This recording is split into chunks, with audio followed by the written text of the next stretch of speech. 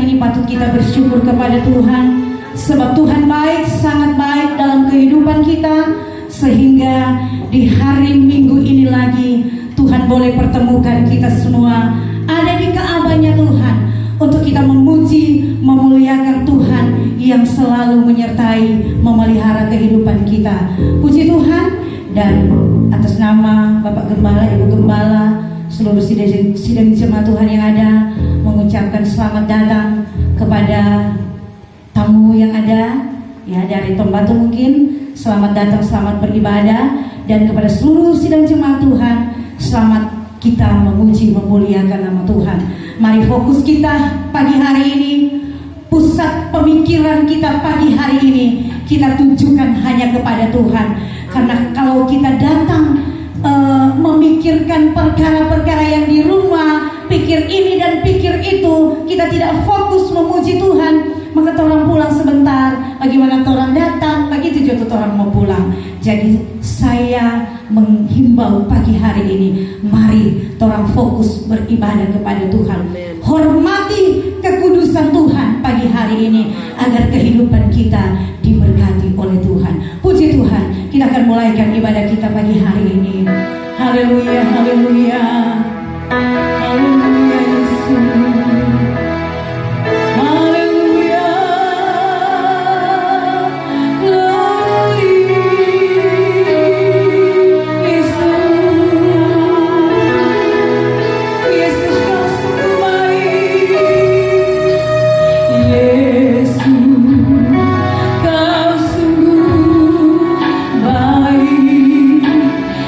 Yesus.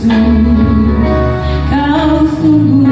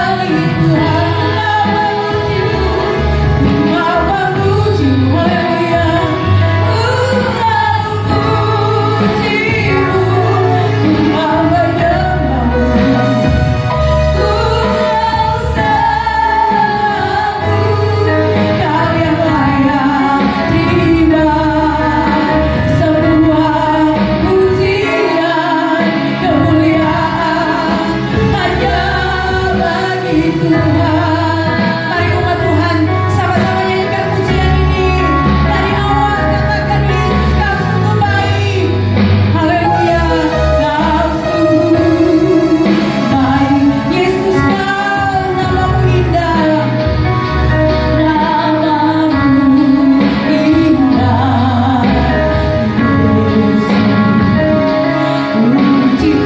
kau selalu ku tinggikan, ku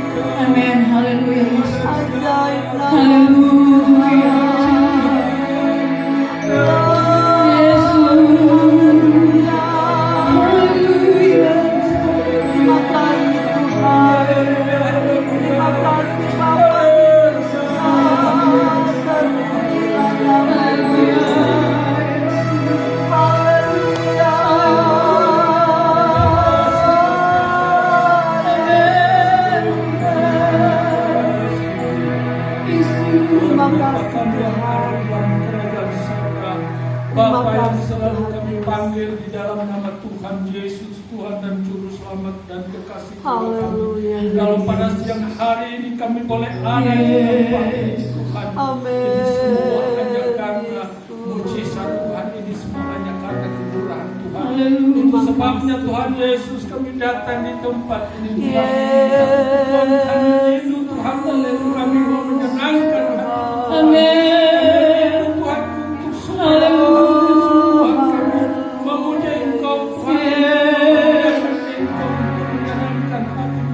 Terima kasih. Kerinduan kami datang kepada Tuhan. Kami rindu Tuhan akan dekat dengan Engkau. Kami ingin lebih mengenal Engkau lebih dalam lagi Tuhan. Itu sebabnya Tuhan Yesus Tuhan, biarlah hati kami tertuju kepada Tuhan. Bukakan mata rohani kami Tuhan, untuk kami mau rindu akan Engkau Tuhan. Menikmati hadirat Tuhan yang kudus Tuhan. Tuhan Bapa kami yang ada di dalam surga, kami semua yang ada, kami serahkan ke dalam tangan pemain musik Tuhan. Engkau urapi mereka dengan urapan Tuhan yang memimpin Tuhan. Engkau urapi dengan urapan Tuhan. Bahkan kami semua sedang jemaat yang hadir pada Terima kasih Tuhan. Engkau jama urapi kami dengan kuasa roh. Biar Engkau akan bertahta di dalam Amin, amin. Sehingga kami boleh merasakan ada kuasa, ada sukacita kami di dalam kami memuji dan memuliakan Tuhan, supaya kami layak di hadapan Tuhan. Segala bentuk kuasa iblis yang seringkali mengganggu kami di dalam kami memuji dan memuliakan Engkau Tuhan. Biarlah kami semua bersatu hati. Kami akan tolak di dalam nama Yesus, di dalam nama Yesus. Keluar dari dalam ruangan ini, keluar di dalam hati dan pikiran kami, sehingga kami ada sukacita kami untuk memuji dan memuliakan Tuhan. Terima kasih Bapa kami yang ada di dalam surga. Kami mau buka layar lembaga pada pagi hari ini di dalam nama Tuhan Yesus. Haleluya. Amin. Puji Tuhan, saya percaya kita adalah orang-orang yang sangat diberkati Tuhan. Karena kita ingat kasih Tuhan, karena kita ingat betapa Tuhan baik, begitu Dia mengasihi kita semua, sehingga hari ini kita mengambil waktu yang terbaik ini, kita ada di kamarnya Tuhan, karena kita rindu kehidupan kita selalu menyenangkan Tuhan. Tidak ada apa-apa yang dapat kita balas kepada Tuhan, bahkan harta yang kita miliki pun tidak cukup untuk membalas kasih setia Tuhan dalam kehidupan kita. Oleh sebab itu, mari jemaat Tuhan yang saya kasihi, saat ini renungkan kasih Tuhan, renungkan betapa baiknya Tuhan itu dalam kehidupan kita, bahwa Dia tidak pernah meninggalkan kita, bahwa Dia tidak pernah membiarkan kita sampai hari ini kita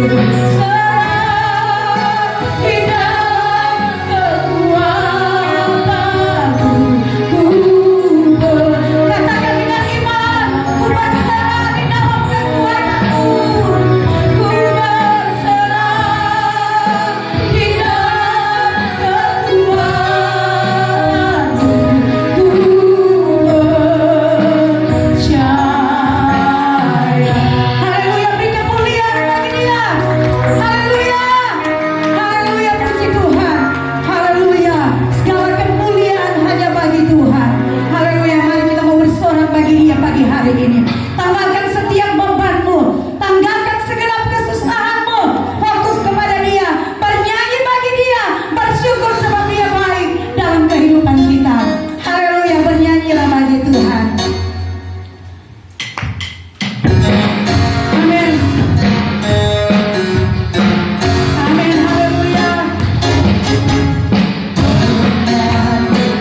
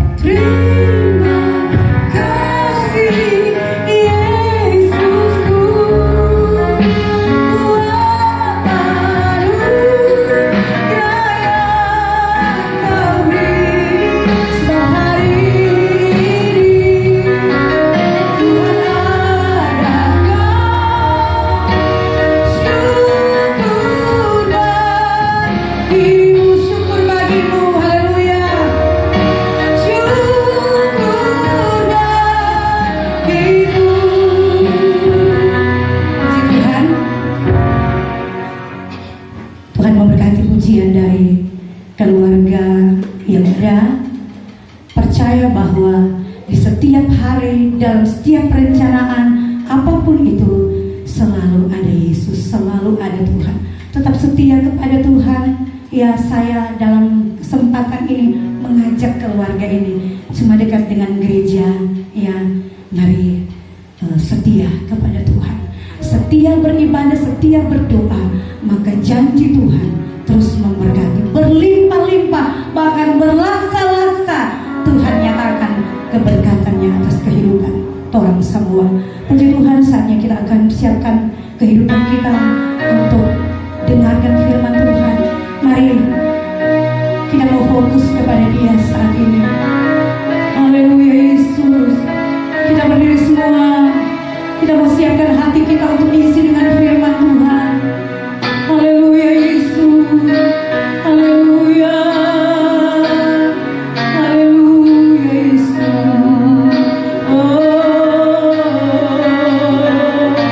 ku yakin saat Kau berfirman, amin, ku menang saat Kau bertindak.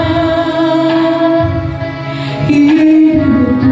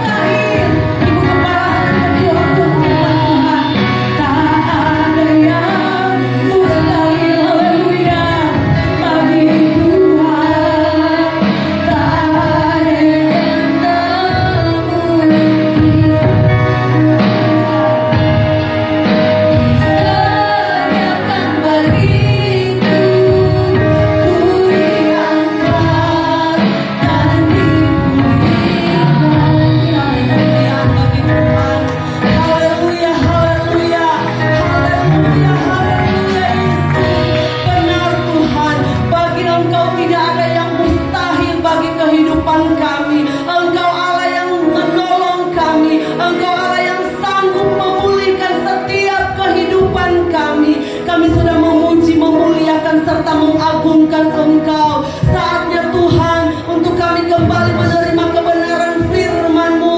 Tuhan, pakai hamba-Mu Tuhan, biar melalui hamba-Mu firman Tuhan diberitakan, firman Tuhan datang dalam kehidupan kami, memberikan kekuatan baru, memberikan penghiburan, memberikan kekuatan di dalam kami mengiring akan Engkau Tuhan. Simpan hamba-Mu di belakang salib-Mu Tuhan, biar hamba-Mu melayani seturut kehendak Tuhan, dipakai Tuhan dengan luar biasa. Dan setiap firman yang keluar dari mulut bibir lidah hamba-Mu benar-benar firman yang berasal daripada Engkau, yang memberkati setiap kehidupan kami, setiap telinga kami yang mendengar, setiap hati kami yang menerima kebenaran daripada firman-Mu Tuhan. Kami berdoa kepada-Mu Tuhan, setiap kuasa kegelapan, kuasa iblis yang coba mengganggu, merampas sukacita konsentrasi kami di dalam Engkau, yang coba merampas benih firman yang ditaburkan, seberapapun kami yang ada di tempat ini, di ruangan ini, kami bersatu hati, kami tolak tangkir patahkan di dalam nama Yesus. Dalam nama Yesus, Allah sendiri yang ada di tengah-tengah kami, Allah yang memberkati setiap pribadi-pribadi kami semua yang ada. Terpujilah nama-Mu Tuhan. Kami siap mendengarkan kebenaran firman-Mu, berbicaralah melalui hamba-Mu dalam nama Tuhan Yesus. Haleluya. Amin. Amin. Silakan duduk Bapak Ibu Saudara. Hari ini ada 3 acara. Yang pertama ada penyerahan anak, yang kedua ada pemberkatan nikah yang kudus, dan yang ketiga ada baptisan air. Haleluya. Haleluya. Haleluya. Haleluya. Bapak Ibu Saudara yang dikasihi, saya mau sampaikan renungan firman di minggu ini, hal yang sederhana, ya, tetapi sangat memuaskan kehidupan kita sebagai manusia. Kita manusia, kita diciptakan, kita dibuat oleh tangan Tuhan dengan begitu rupa, sehingga ada satu ayat yang sangat baik dan sangat luar biasa Bapak Ibu Saudara. Mari kita akan lihat dulu Kejadian pasal 2 ayat 15. Saya mau baca, mari kita sama-sama bangkit berdiri. Kita menyimak pembacaan firman Allah. Kejadian pasal 2 ayat yang ke-15. Begini bunyi firman Allah. Atau lebih bagus kita baca sama-sama hitungan ketiga, karena cuma 1 ayat.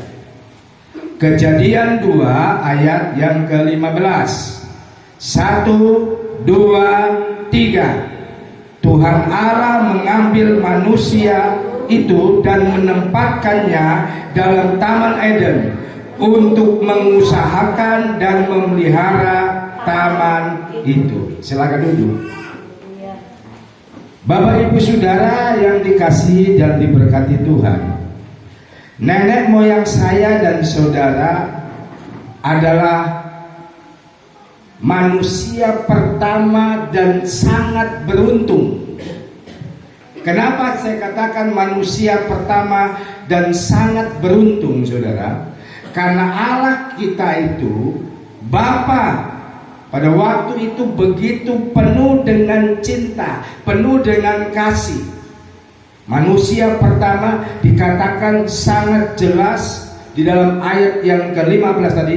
Tuhan Allah mengambil manusia itu dan menempatkannya dalam Taman Eden.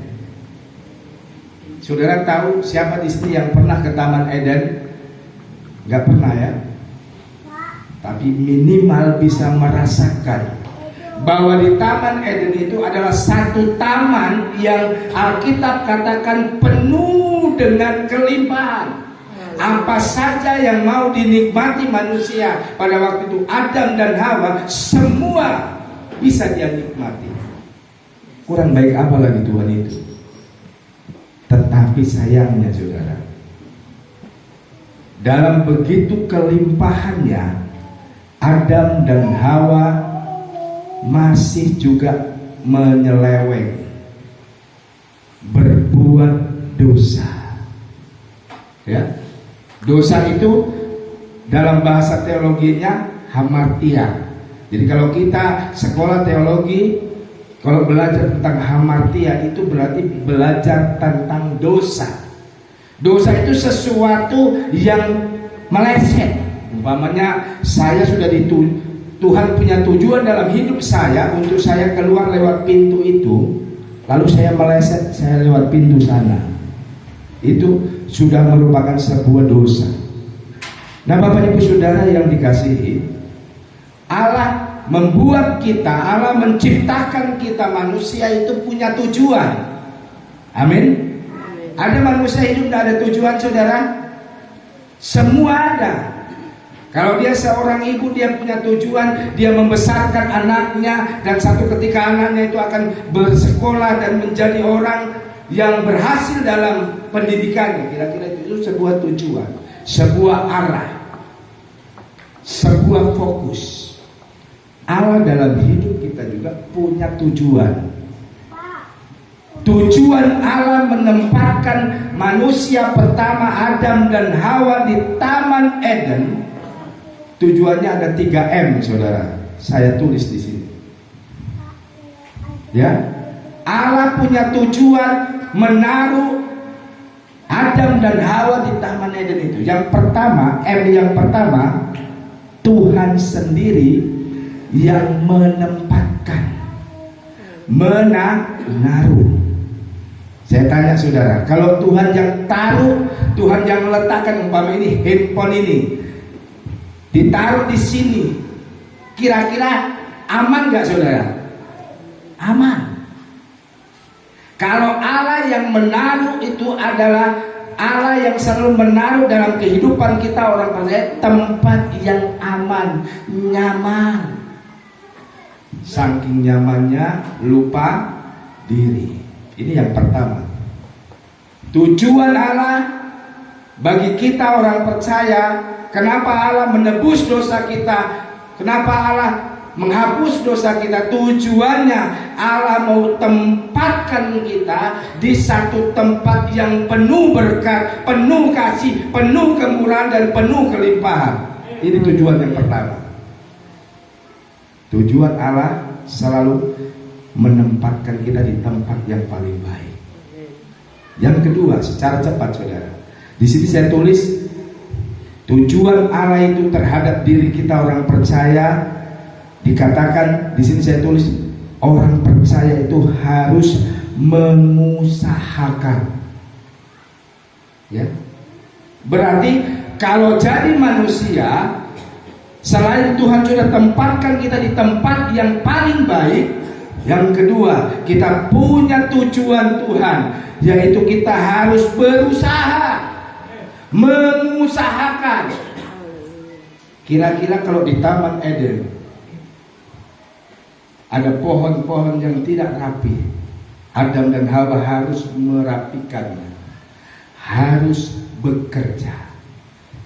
Jadi yang kedua, tujuan Allah dalam hidup orang percaya, selain orang percaya ditempatkan di tempat yang paling bagus, paling baik. Yang kedua, orang percaya itu harus bekerja.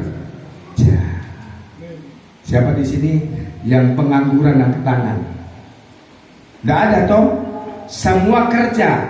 Betul Ibu Kang? Semua kerja. Ya? Semua harus berusaha. Tidak ada keberhasilan tanpa jerih lelah. Amin saudara. Tidak ada keberhasilan tanpa orang bekerja itu. Harus bekerja. Ini tujuan Tuhan. Jadi Tuhan itu, bahkan ada satu ayat bilang ini, kalau orang nggak bekerja, malas, jangan diberi apa?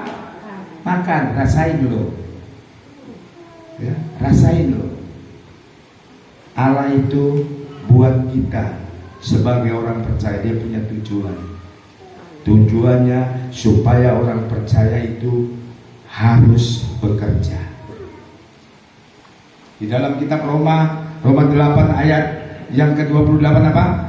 Kita tahu sekarang bahwa Allah turut bekerja dalam segala sesuatu untuk mendatangkan kebaikan. Ini yang kedua. M yang kedua, manusia itu harus selalu mengusahakan, berusaha supaya menjadi lebih baik, mengusahakan dirinya menjadi sesuatu yang lebih baik. Hari ini saya kurang baik, besok saya harus lebih baik dari hari yang kemarin. Ini yang kedua. Yang ketiga, saudara, M yang ketiga secara cepat, ya, manusia itu harus memelihara Taman Eden. Amin, saudara. Tadi saya katakan Taman Eden itu berbicara tentang tempat yang penuh dengan kelimpahan. Ada banyak orang Kristen, ada banyak orang percaya, banyak rezekinya, banyak berkatnya. Tetapi sayangnya ada banyak juga orang Kristen yang hancur hidupnya karena berkat Tuhan. Kenapa hancur? Karena dia tidak bisa memelihara berkat Allah itu. Dalam apa namanya, saudara? Dalam sebuah survei, ya, dalam sebuah survei, hidup kita ini konon 40% isinya itu kita harus berusaha bekerja. Itu 40%. Tetapi 70% manusia itu kadangkala, dalam sebuah survei, saudara, 70% manusia itu bosan, gak punya kerja, pingin kerja, tapi sudah kerja timbul rasa apa? Bosan. Dan waktu rasa bosan ini menguasai hidup manusia, maka manusia itu akan kehilangan yang 3 hal tadi. Dia menjadi manusia tapi yang tidak mau berusaha. Dia menjadi manusia yang tidak mau memelihara hidupnya, memelihara imannya di dalam Tuhan. Secara cepat Bapak Ibu Saudara, saya mau bagi ada beberapa hal, ya, tujuan Tuhan supaya kita bekerja. Yang pertama, ya, kita kerja untuk memenuhi kebutuhan kita. Benar, saudara? Kita bekerja untuk memenuhi kebutuhan kita. Jadi kalau kita banyak kebutuhan dan kita tidak bekerja, kita akan hancur dalam hidup ini. Makanya ada pepatah Latin bilang gini, ora et labora. Apa artinya itu? Makan banyak-banyak, ya. Apa artinya? Bekerja dan berdoa. Ora et labora. Orang Kristen yang berhasil adalah orang Kristen yang bekerja tetapi juga berdoa. Yang kedua, saudara, tujuan Allah, kenapa Allah mau orang percaya itu bekerja, berusaha, memelihara dan melakukan segala sesuatu yang lebih baik. Yang kedua saya tulis di sini, saudara. Kerja adalah tanpa kita sadari kita sedang mengembangkan talenta kita. Di sini ada beberapa orang tentu punya talenta, punya skill, punya kelebihan masing-masing. Bapak Sangat kelebihannya dia jago bawa motor, tapi Bapak Rommel dia jago bawa dump truck atau mobil karena skillnya di situ. Ya, Om Ferdi lagi jago kalau dia panjat kelapa, saya tidak pandai. Ya, setiap orang punya talenta. Amin, saudara. Mungkin ada ibu-ibu yang jago masak, ya, saking jagonya masak air pun gosong. Udah kelewat jago itu, saudara. Ya. Kita bekerja, kita sedang mengembangkan satu potensi yang Tuhan beri dalam hidup kita. Amin, saudara. Saya yakin setiap kita yang ada di tempat ini, kita punya potensi yang Tuhan beri, dan potensi itu akan memberkati hidup kita, rumah tangga kita, pekerjaan kita. Yang terakhir, saudara, karena ini agak banyak acaranya yang terakhir. Kenapa orang percaya itu harus bekerja? Di sini saya tulis, saudara, bekerja itu sama dengan kita sedang membangun karakter dalam hidup kita. Amin, saudara. Karakter dalam hidup kita. Semakin kita rajin bekerja, maka ada karakter yang bertumbuh dalam hidup kita. Tokoh Alkitab yang terkenal hidup dalam penderitaan, namanya Yusuf. Yusuf itu adalah seorang anak yang rajin. Saking rajinnya, saudara-saudaranya tidak suka cemburu. Benar, saudara? Saudara-saudaranya ambil dia, jual Yusuf. Yusuf jadi seorang budak. Dan budak itu kerjanya hanya kerja, terus kerja.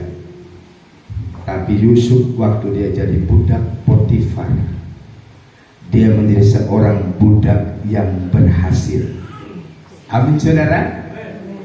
Ada banyak orang berpikir, oh kalau kita mau cepat berhasil harus melakukan sesuatu yang besar baru berhasil. Tidak, Alkitab katakan kita setia dari perkara yang kecil. Yusuf karena dia punya karakter yang rajin bekerja, ya, sehingga tidak heran ayahnya, orang tuanya sayang sama dia. Sementara abang-abangnya yang malas itu cemburu dan memiliki pikiran yang tidak baik, dijual adik kandungnya dan lain sebagainya. Jadi saya katakan budak di Mesir, di tempat Potifar, sebagai seorang babu. Kalau bahasa Jawa itu babu, pembantu, ya. Jadi pembantu di Potifar, dia menjadi pembantu yang sangat dipercaya. Amin, saudara. Yang terakhir, karena rajin, Yusuf dapat berkat, dimasukkan di penjara. Sama siapa? Sama istri Potifar, ya. Memang kalau perempuan ini kalau udah hati-hati gampang menggoda, ya kan? Tapi Yusuf punya karakter. Dia rajin bekerja, karakter bekerja ini kuat meskipun di dalam penjara. Yusuf berhasil nggak, saudara? Berhasil. Berhasil memberi kekuatan kepada orang-orang yang ada di penjara. Sampai akhirnya Yusuf naik jadi orang nomor 2 di negeri Mesir pada waktu itu. Bapak Ibu Saudara yang dikasihi oleh Tuhan, hidup itu semakin hari semakin sulit, tapi jangan pernah takut. Bagian yang terakhir, jangan pernah takut. Selagi kita mengembangkan karakter setia kita dengan Tuhan, Tuhan bisa rubah kehidupan kita. Amin, saudara. Tuhan bisa rubah kehidupan kita, asalkan kita punya karakter seperti Yusuf punya karakter. Dia nggak pernah putus asa, dia nggak pernah kecewa, dia nggak pernah sakit hati, dia nggak pernah menyimpan dendam. Makanya tidak heran Yusuf menjadi pribadi yang berhasil. Itu sebabnya Bapak Ibu Saudara, melalui kebenaran firman Allah, ya, jadilah orang percaya yang orang Papua bilang, jadilah orang percaya yang semangka. Semangat kakak, itu semangka. Orang Papua bilang semangat kakak. Orang yang semangat, dia mampu mengatasi segala sesuatu. Yusuf punya ini, semangka, saudara, ya. Yusuf punya semangat terus di dalam Tuhan. Dia tidak lihat situasi, dia tidak lihat kondisi. Melalui kebenaran firman Allah, saya tutup firman Allah di dalam 1 Timotius. Mari kita lihat dulu ayat yang terakhir, 1 Timotius. Tolong baca final. 1 Timotius pasal yang kelima ayat 8.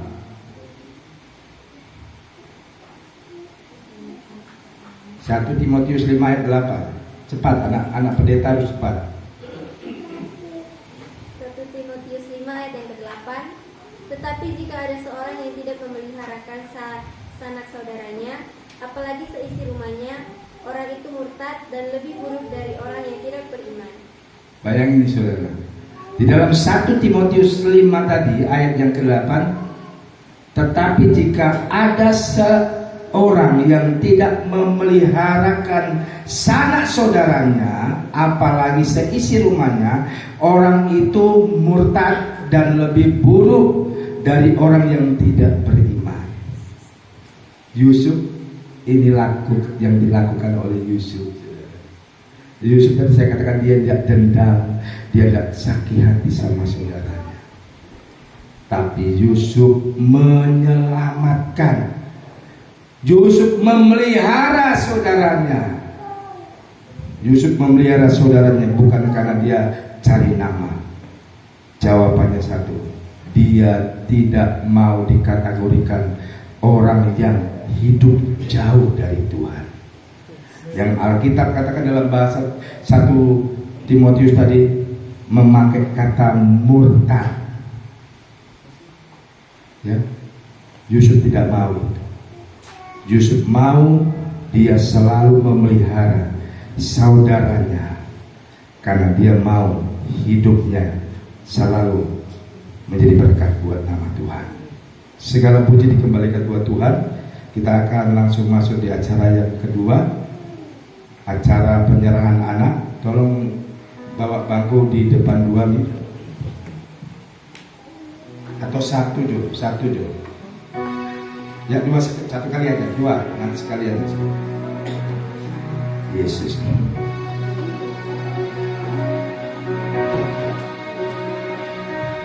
Haleluya, haleluya.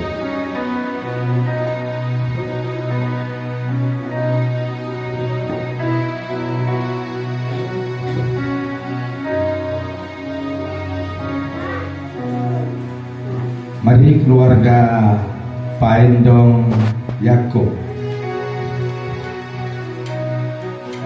ini Opak Guntur Becucu ini. Haleluya. Saudara, bagi orang percaya, kalau Tuhan karuniakan berkat dalam rumah tangga dalam bentuk keturunan atau anak, dari kecil Tuhan Yesus 8 hari dia sudah dibawa ke rumah Allah dan disunat. Ya, sunat itu artinya apa saudara? Kita memangkas, kita membuang segala sesuatu yang tidak berguna dalam hidup ini. Kalau kita ingin anak kita menjadi seorang yang sangat berguna, baik dalam keluarga, dalam bermasyarakat, cepat-cepat serahkan dalam pengawasan Tuhan. Kita akan baca satu ayat saja saudara, tentang penyerahan anak ini. Di dalam Matius pasal yang ke-19. Matius 19 ayatnya yang ke-14 bilang begini. Tetapi Yesus berkata, biarkanlah anak-anak itu, janganlah menghalang-halangi mereka datang kepadaku, sebab orang-orang yang seperti itulah yang empunya kerajaan Allah. Jadi kita yang tua belum tentu dapat kerajaan Allah, tapi si kecil, si cewek yang cantik manis namanya Kalista Helena Paendong, namanya bagus saudara. Nama saya lebih bagus lagi, ya. Saking bagusnya aneh buat orang sini. Tapi Bapak Ibu Saudara, Kalista Helena Paendong adalah orang-orang yang memiliki kerajaan Allah. Kerajaan Allah itu berisi apa, saudara? Berisi segala bentuk warisan berkat yang bersumber dari Allah. Kalau kita ingin merasakan warisan berkat Allah itu ada dalam hidup kita, dalam rumah tangga kita, seperti siang ini kita serahkan anak ini dalam tuntunan Tuhan. Kita nyanyikan lagu lagi. Haleluya. Kita akan berdoa buat malam ya Tuhan, berkati anakmu.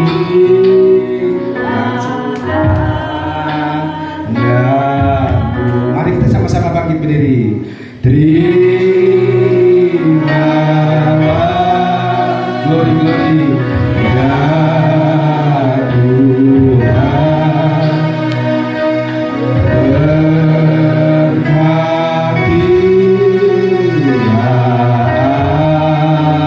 Sekali lagi terimalah ya Tuhan.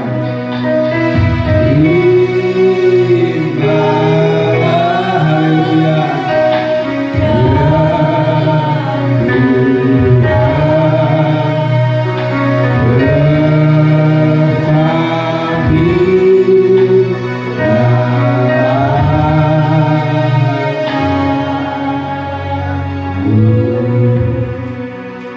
Di hadapan Tuhan yang maha baik, Tuhan yang maha besar, dan di hadapan kedua orang tua, keluarga besar, dan jemaat Tuhan yang ada saat ini, hamba-Mu mengangkat tangan, hamba-Mu berdoa dan memberkati buat anak terkasih yang telah dibawa di hadapan hadirat Tuhan, yang keluarga Pak Endong Yakob beri nama anak ini Kalista Helena Paindo.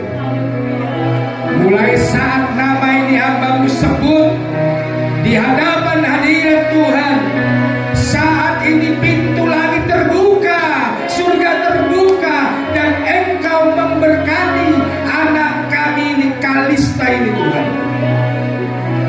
Di dalam nama Bapa, Anak, laki-laki, dan Roh Kudus, anakku Kalista, engkau diberkati Tuhan, engkau dikasihi Tuhan. Di dalam nama Yesus, segala macam yang baik yang bersumber dari Tuhan, engkau terima itu dengan limpah. Di dalam nama Bapa, Anak, laki-laki, dan Roh Kudus, meterai berkat Allah ada saat ini. Kami yakin, kami percaya, saat tangan hamba-Mu tertopang atas anak kekasih ini, Kalista, mulai saat ini hidupmu dalam pemeliharaan Tuhan, hidupmu dalam berkat Tuhan, tumbuh kembangmu ada dalam pengetahuan Tuhan. Terima saat ini segala yang baik yang daripada Tuhan Yesus. Kami sudah berdoa dalam nama Yesus. Kedua orang tuanya, Calvin, Tuhan tolong Engkau berkati, berikan hikmat dalam mendidik, membawa anak Kalista untuk bertumbuh dalam Tuhan. Kami juga berdoa buat mamanya Celi, Tuhan Engkau memberkati ibu kekasih ini, pasca melahirkan sudah dipulihkan, sudah ditolong oleh Tuhan. Ibu kekasih, Engkau selalu diberkati, Engkau selalu dikasihi, Engkau selalu dilimpahi dengan yang baik daripada Tuhan. Anak mereka dia juga Tuhan Engkau memberkati dalam nama Yesus. Terima kasih Tuhan. Kami yakin dan kami percaya segala yang baik Tuhan sudah luaskan untuk menjadi anak, bagian dari anak terkasih ini Tuhan. Kami sudah berdoa dan sudah menyerahkan hanya di dalam nama Tuhan Yesus Kristus. Haleluya. Amin. Puji Tuhan. Silakan duduk. Kita sudah memberkati anak terkasih, dan untuk acara yang selanjutnya, acara selanjutnya kita akan meneguhkan dalam nikah yang kudus, biar aja.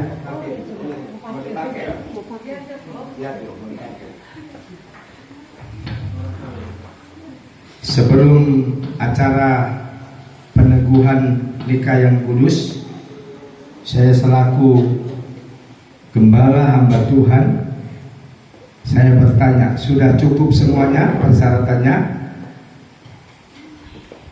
Orang tua dari siapa, Michael, sudah ada? Yang mana? Yang mana? Ibu siapa namanya? Ani ya? Jenny ya? Lalu saksinya ada? Saksi? Ya? Sakit? Yang ibu ini siapa? Adik siapa? Kakak ipar. Kalau gitu boleh mewakili saksi ya. Saya boleh bertanya, Bu, Michael sudah pernah kawin belum? Didoakan di gereja sudah pernah belum? Sudah? Ini nggak bisa. Kami nggak bisa melakukan kalau sudah didoakan di gereja, kecuali belum pernah. Jadi saya tidak bisa menanggung resiko Michael, ya, karena apapun ini adalah kebenaran Tuhan. Karena waktu itu dia sudah pernah berumah tangga ya. Jadi mohon maaf keluarga besar Bapak Penomban, ya, kami nggak bisa, karena aturan gereja Pantekosta itu tidak bisa, kecuali dia belum pernah didoakan di gereja atau dalam sebuah hubungan. Kalau kata kasarnya kumpul kebo, nggak masalah, saya berani bertanggung jawab.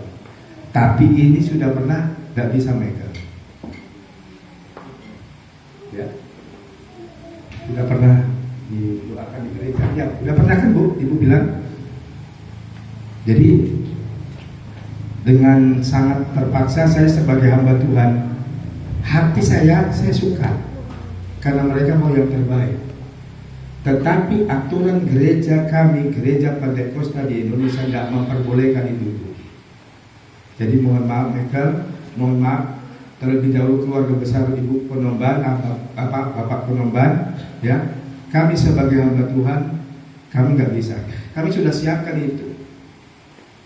Andai kata si Michael tadi bilang, atau dia belum pernah nikah, baru hidup sama saja, Bu, bisa. Saya sudah saya bikin surat perjanjiannya bahwa dia tidak pernah menikah. Tapi masalahnya seperti Ibu terkasih tadi bilang, sudah. Jadi mungkin dengan secara terpaksa dan berat hati, saya batalkan ini pernikahan. Mohon maaf ya Bapak Penomban, bukan karena saya benci, ini kebenaran. Saya hamba Tuhan. Yang saya lakukan adalah kebenaran Tuhan. Untuk apa saya melakukan sesuatu yang melanggar kebenaran Tuhan? Saya tidak mau itu. Saya nggak mau resiko itu. Jadi itu sebabnya untuk acara yang kedua ini mungkin kita sudahi dulu. Nanti keluarga cari jalan keluar. Mungkin di gereja lain bisa. Kami mohon maaf karena kami tidak bisa. Konsekuensi yang saya hadapi, saya bertanggung jawab dengan Tuhan. Puji Tuhan. Kalau gitu mari kita sama-sama bangkit berdiri. Kita akan akhiri ibadah kita. Sekali lagi, secara pribadi saya hamba Tuhan, saya mohon maaf, saya tidak bisa membantu. Saya mau, tapi ini sudah konsekuensi kebenaran firman. Ya. Oh, mari kita sama-sama bangkit berdiri dulu. Kita akan akhiri sebelum kita memberikan persembahan. Haleluya.